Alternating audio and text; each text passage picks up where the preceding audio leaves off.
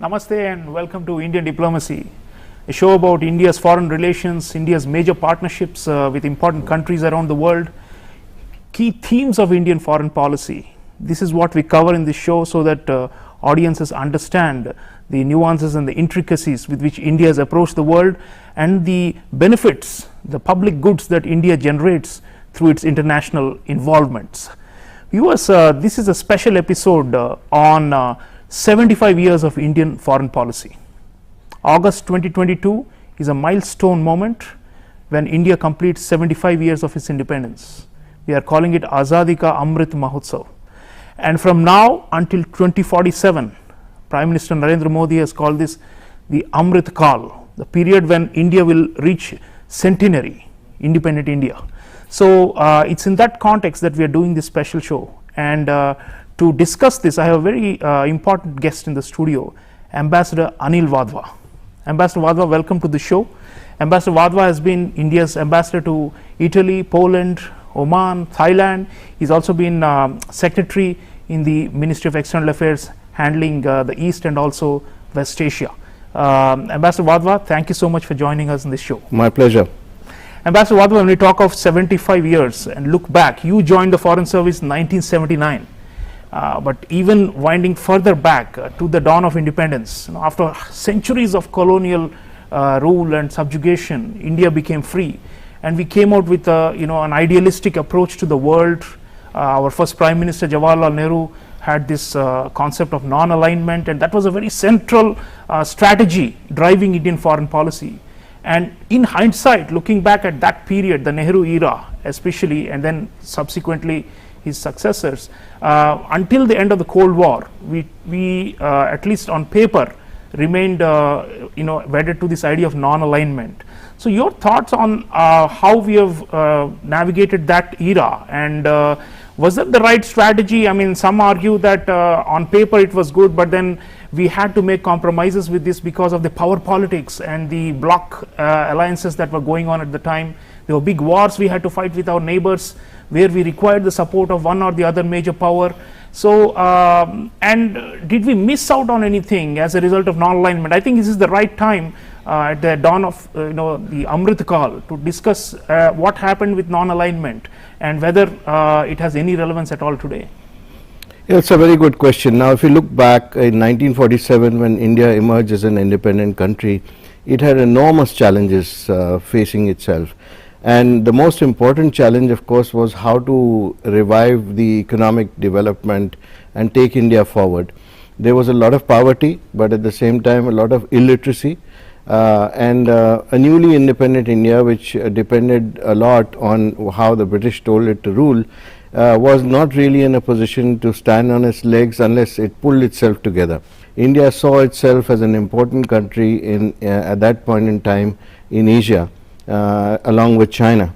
And so there was this idealism that we could reach rapprochement with China during that period and live as peaceful neighbors. That's why we saw the birth of the five principles, the Panchsheel. Yeah. And soon after that, India, along with three other countries, if you recall, founded the non-aligned movement, and Nehru was an important pillar of that period. Obviously, India had many challenges. There were some miscalculations on the border. When we look back, the Chinese actually did not give India any room to maneuver, and 1962 happened. So looking back, of course, at that point in time, perhaps India should have concentrated a lot on bolstering its own defenses. The world was now divided into two camps, the East and the West. The Cold War was truly on, and India at that point did not want to take sides between one side or the other. It saw its interests lying somewhere with the developing world. It had a natural sympathy also for the countries who had been newly independent, especially countries in Africa. Yeah. So it fought for anti-colonialism, anti-apartheid, and worldwide causes which it thought afflicted the developing countries. So this philosophy continued, and in 1965 there was a major war that India faced with Pakistan, as you know. At that point in time, India came out with much better colors, and it actually succeeded to a large extent in that war. and that gave it a lot of confidence. After that was a period when India saw a major development on its border, the creation of Bangladesh. It faced a major crisis situation where there were thousands of refugees, lakhs of refugees in fact, on its border, which crossed over into India. And in self-defense and also in the interests of the Indian economy, India was forced to intervene, and that gave India a stature in the world. People began to take notice of India. But during this period of time, the Cold War had intensified. So the movement of non-aligned had become to be aligned, or to be identified, so to speak, with a certain block of countries willy-nilly. Yeah. And that process continued to develop in the same vein, because we had Afghanistan and Vietnam, both happened in the late 70s, and from that period onwards, whichever side non-aligned countries took, they got identified with one or the other bloc. And India was seen more on the Soviet side at the time. Plus also if you remember in 1971, when there was a threat to from the navals from the ocean to the Indian Navy, India signed a treaty of friendship with the Soviet Union at that point in time. It began to depend a lot on military supplies upon the Soviet Union. So even though India was non-aligned, it was invariably seen by the Western camp as being in the Soviet camp. And Ambassador, on this point, power politics invariably always plays significant role in shaping foreign policies of countries, and that era of naivety when we did not invest in the military, which you spoke about, we lost territory at the time. Pakistan occupied Kashmir, almost 70,000 square kilometers. The Aksai Chin for the Chinese, almost 40,000 or more square kilometers. So the blunders that were committed early on, that has come back to haunt us for a long time. We have not been able to restore the full sovereignty of India over those lost territories, and that has been actually a big, like you said, a learning curve. And if you come forward now to more recent times, post-Cold War period, and more recently the Modi era, clearly we have, I think the way we are dealing with our adversarial neighbors, there's a lot more realism, and at the same time the pushback has been strong, and I think our willingness to use force to protect our territorial integrity and to send a message that India is rising power and is willing to take risks, those have really shifted. Because early, the idea was somewhat passive, right? Like we will not take sides. Now it's not about that. Now even our alignments, we are closer to the Western camp in more recent times because of the Chinese threat that we face. So there is a shift away from just being in the middle to actually being robustly standing for national interests, and that I think is a big transformation in Indian foreign policy, especially in the Modi period. If you come to 1991, when the Cold War ended, then of course it was an inevitability that India had to shift its foreign policy stance.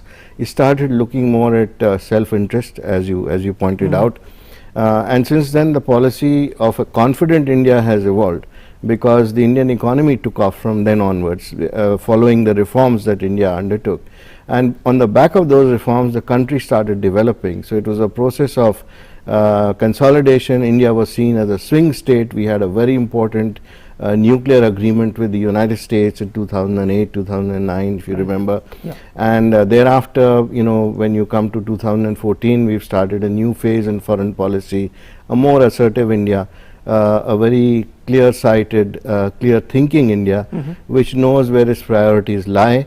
Defense, as you rightly said, is now placed at the top. Strategic issues are placed at the top of its foreign policy, and India has started to make sure that it actually looks at issues on the basis of its real interests. Absolutely. So it's not as if India is taking sides. It's actually, as Foreign Minister Jaishankar put it, sitting on its own ground.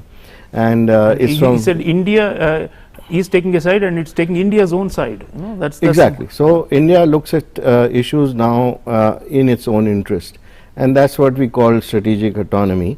So we have not actually abandoned our principles, but at the same time we have started looking more at ourselves more confidently, and identifying our interests much more in a much more clear-sighted manner, and the implementation has become sharper and has been brought into focus. Absolutely. Viewers, talking of Indian foreign policy, neighborhood has always played a important, predominant factor. It's been shaping the way India approaches the world, and I want you all to hear very important speech by Prime Minister Narendra Modi to the Parliament of the Maldives from 2019, where he was laying out the principle of neighborhood first, which guides us now. We've had in the past neighborhood policies, but this is a different approach.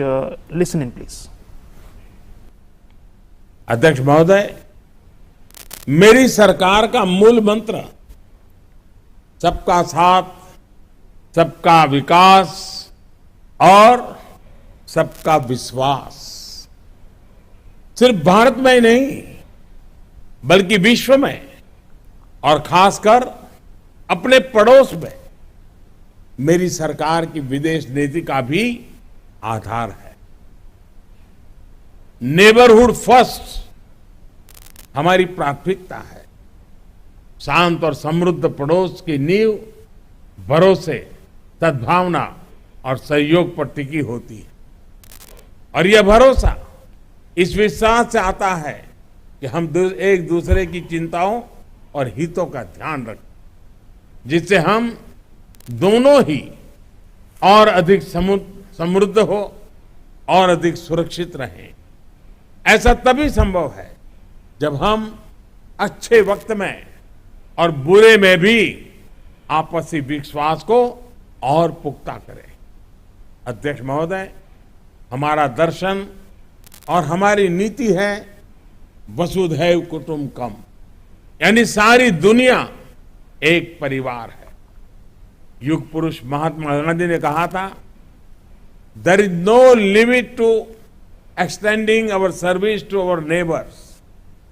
Bharat ने अपनी उपलब्धियों को हमेशा विश्व के साथ और खासकर पड़ोसियों के साथ साझा किया है। इसलिए भारत की विकास साझेदारी लोगों को सशक्त करने के लिए, उन्हें कमजोर करने के लिए नहीं है और न ही हम पर उनकी निर्भरता बढ़ाने के लिए या भावी पीढ़ियों के कंधों पर कर्ज का असंभव बोझ डालने के लिए।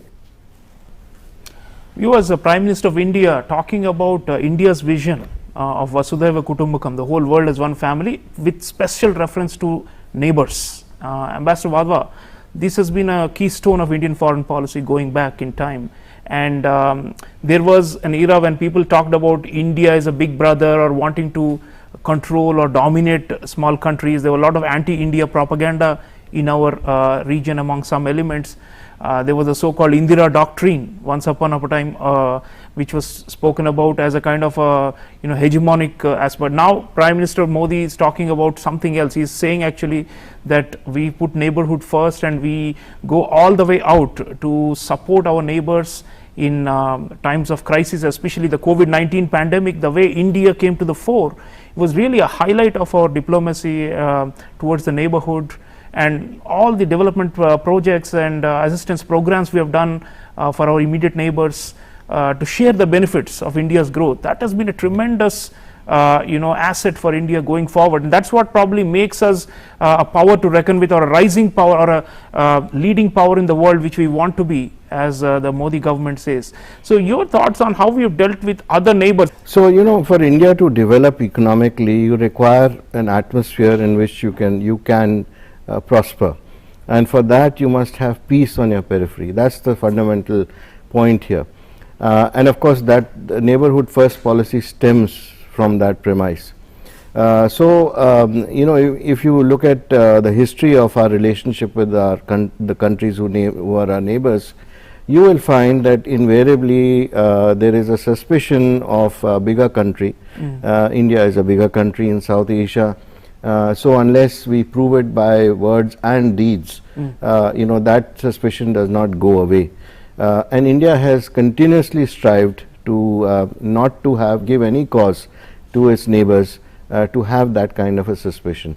You played Prime Minister Modi's speech in Maldives. I think it sums it up wonderfully.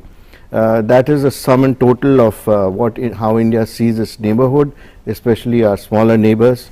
And if you look at countries like Nepal or Bangladesh or Sri Lanka, or Maldives, even Afghanistan before the current regime, you will find that India has always stepped forward to help in whatever circumstances. As Prime Minister said, in good times and in bad times, you got to actually step out and help your neighbors. And today, Sri Lanka is facing a crisis, for example. India has stepped up, and it is First the responder, and it's because of India, Sri Lanka is afloat today till it gets bailed out by the IMF or other loans. Then again we come to the extended neighborhood. Yes. Now from 2014, you've seen how the Act East policy has been implemented by this government in very concrete terms on the pillars of connectivity, on the pillars of commerce and culture. The three C's, as Prime Minister Modi talked. The three C's. And if you look at West Asia today, the Gulf in particular, you will find that there's enormous progress which has been made, and you know, the ties have strengthened many-fold because of the enormous amount of visits that have been undertaken, the free trade agreement with the UAE, for instance, the new ones which are on the anvil, which we are talking about. All these are very helpful in bringing India closer to the region, and India would like to see much more done, by the way, with the rest of the GCC countries, making a lot of effort towards that end. The I2U2 grouping which has come about, it's a development which nobody could foresee some years ago, but you have Israel, UAE, India and the United States in the same grouping. So it's quite unforeseen. Then again, if you reach out to Central Asia, Central Asia becomes very important for India because of the natural resources it has and the potential it has for developing investments and trade, and therefore Iran becomes important for India. So Iran again is a very important player in the region. In other words, India has made sure that it has reached out to the extended neighborhood, including the ASEAN, in very concrete terms. Absolutely. With some concrete projects. And Ambassador, you have dealt a lot with economic diplomacy also of India in your career, and you follow this closely. Now this is also an aspect that Prime Minister has emphasized that our diplomats should focus more on going forward. Of course there is the geopolitics, the counterbalancing of China, and those are, you know, fundamental needs of Indian foreign policy, but WTO and other bilateral and preferential trade agreements that we have been signing, there is a spring in the step. You are talking about all these. How are we doing in economic diplomacy compared to an earlier era? I mean, the socialism period, we were not at all open to any such thing, right? Because we were extremely afraid of foreign competition and all that. There is still protectionism in India, but we are attracting more FDI also. It's not only trade. So that has, you know, we have had record inflows of FDI, which is a confidence of the international business community in India, especially under Prime Minister Modi. So economic diplomacy, how is the scorecard? I mean, how would you view the evolution, let's say quickly in 30-40 years, how would you see the changes? One can see the changes quite clearly, because you yourself said that if you look at the figures of FDI which India attracts today, is perhaps the highest ever that we have achieved.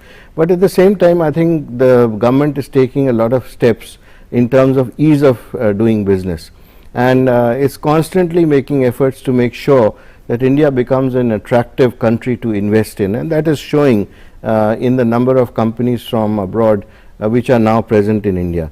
I would particularly like to emphasize that earlier the states were not so much involved in this effort, and if you see what has happened today is that by ranking the states according to their efforts and ease of doing business, we have created a kind of competition among states themselves. The Invest India, which is a body which is advising companies abroad on how to invest in India, for example, plays the role of a handholder, and it coordinates what the companies have to do, get the approvals, etc. for them. We have decentralized the So we have FDI, actually moved out from the center to the states, involved them in this effort, and the more we do that, the better it is, because a developing India would need a lot of resources. It would require a lot of technology, in fact cutting edge technology, so that it can keep up with the rest of the world. We've entered already a digital age, we've entered an age of technology going forward, so we must make sure that we have the best, and unless we open ourselves to the outside world, this cannot happen. For that to happen, we have to create conditions within India, and again, government is laying a lot of emphasis on connectivity within India, for instance. Infrastructure, reforms, yeah, and you can see the reforms that have taken place in the last few years. Right. Viewers, next 25 years is going to be a critical time for the world. We are entering a period with darkening clouds of war and greater geopolitical contestation, and where India stands is going to matter a lot. The whole world is asking India to take sides, and we are taking sides based on our own core national interests. But I have a special package for you from young scholars of the Indian Association of International Studies, young scholars of international relations, talking about their expectations of how Indian foreign policy should be in the Amrit Kaal. Watch. Namaste, I'm Pooja. I'm a PhD scholar at JNU New Delhi. Let me start by wishing my fellow citizens a very happy Independence Day. As announced by the Honorable Prime Minister, India is now entering the auspicious Amrit Kaal, where we as a nation will be the best versions of ourselves and lead our great civilization to its rightful place in the comity of nations. From a foreign policy perspective, it is essential to push for reforms at the level of international institutions such as the United Nations Security Council, the IMF, the World Bank and the World Trade Organization. For the international rule-based order, underpinned by the values of democracy, human rights and open borders to survive, it is essential that these institutions reflect the reality of global politics, where we are now today decisively in a multipolar world. Reform is quintessential in the face of the threats posed by totalitarianism and alternative models of development. Once again, a very happy Independence Day. Hello everybody, I am Amba Vatil from Symbiosis International University.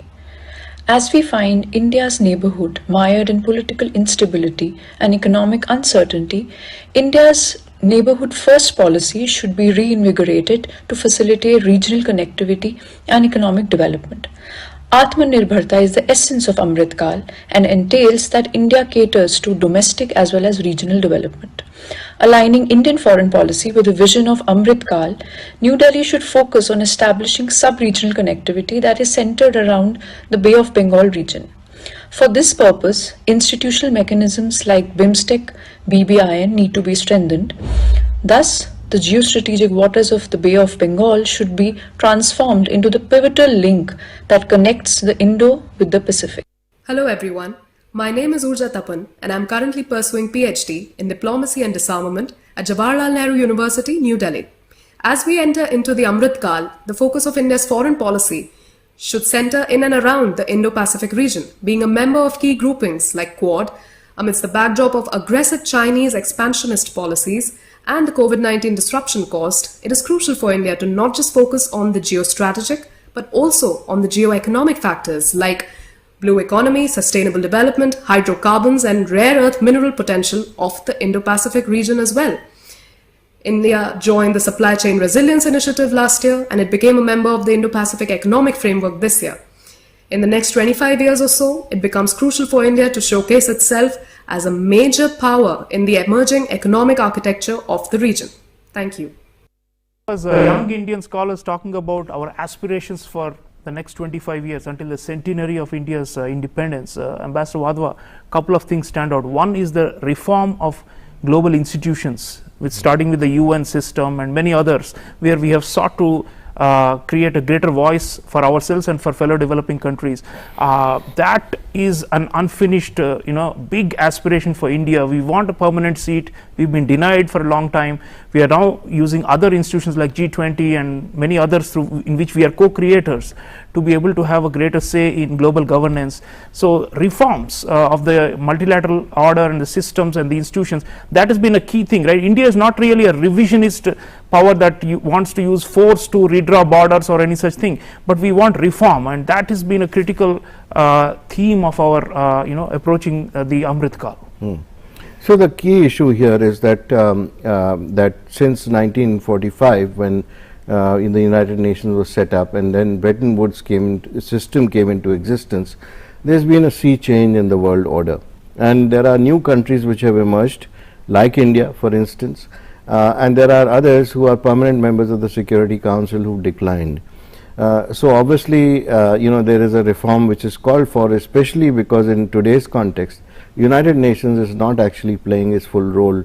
The potential which it had has been belied. So therefore, for the UN to play its full role, it requires an overhaul, a reform, led by a reform in the UN Security Council, where India has been saying that countries like India, the G4 for instance, India, Germany, Japan and Brazil should be given a place. We are open to another couple of seats for the African countries as well, because we feel Africa has also been denied a similar kind of space in the UN Security Council.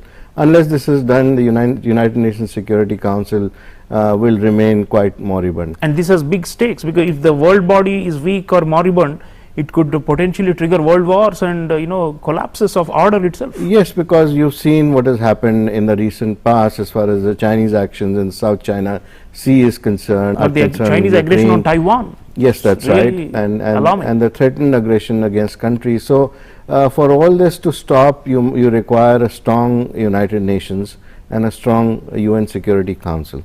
Ambassador Wadhwa, last point about the China challenge. There's no shying away from it. We have all blinkers off now, especially after 2020, the aggression they committed in eastern Ladakh. Now going forward, how do we manage the China challenge? I mean, that deserves an episode in itself, but briefly, how do we tackle this bully kind of a neighbor which has actually become more and more expansionist and unwilling to compromise? So I think India has done well so far in its response. It has beefed up its infrastructure. It has taken steps to make sure that any transgression of the line of actual control will be met with an equal amount of resistance from the Indian side. It did well to move forces at the height of the COVID pandemic on its border to defend its own territory. It's taking steps to make sure that its connectivity issues are resolved as quickly as possible. This is the best that India can do on the border. But at the same time, it has to become self-sufficient, or Atmanirbhar as we call it on the defense side, not depend on other countries, and those steps are also being taken at the moment. And coalitions like Quad and counterbalancing maneuvers. Yes, of course, as all the groupings that India is in help in the sense that it provides India with the wherewithal to deal with challenges such as the China challenge. In fact, the response to Chinese aggression has been the Quad. That's only one of the responses. There have been others in the region which have arisen. There will be more in the future, and India has to be part of all these groupings to make sure that it secures itself from aggression and is in a position to defend itself, especially in the light of the coming crisis in the Indian Ocean. Absolutely, there are crises galore that are on the offing, and it's very prudent for India to actually engage in coalitions of the willing or plurilateral groupings for its own security and for its growth. Facing the China challenge is just one of many, but viewers, that's all I have in this episode. Keep thinking about the Amrit Kaal, 25 years from now until 2047, defining period, especially for young Indians to rise up to the occasion, to take on the mantle of regional as well as global leadership.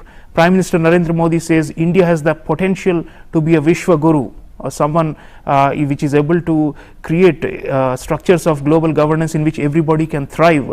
That is our aspiration, to be a leading power and a great power eventually. So that's the journey we hope that India can make. And Ambassador Anil Wadhwa, thank you for taking us through this panoramic 75 years in such a short time. Much appreciate your insights and wisdom, sir. Thank you so very much. My pleasure. That's all this time, viewers. I'll see you again with another episode of Indian Diplomacy soon. Take care.